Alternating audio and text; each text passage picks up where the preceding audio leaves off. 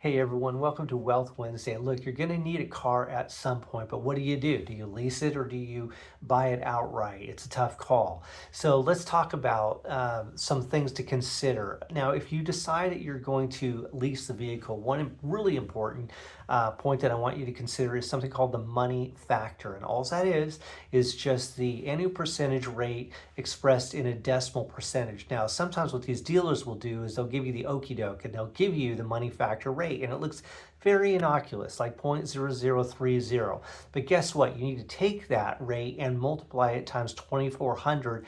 That will give you the actual interest rate that you're going to be paying on. And that would come out to, in that case, 7.2%, which is terrible. So generally you need to see a money factor that's between say 0.0015 to 0.0020. That would be around 3.6 to 4.8%, which is acceptable. But the good news is that you can typically negotiate the money factor with the financing company. So keep that in mind, but just know about the money factor. That's probably the most important consideration when leasing a car. Now, let's say you're like me and you decide that you're gonna buy your midlife crisis.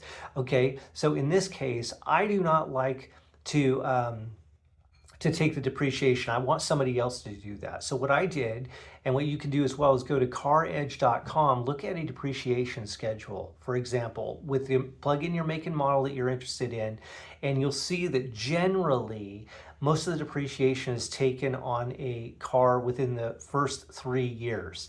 After that, it starts to level off, and then you can at least get a better feel for like you're still not bleeding cash at that point.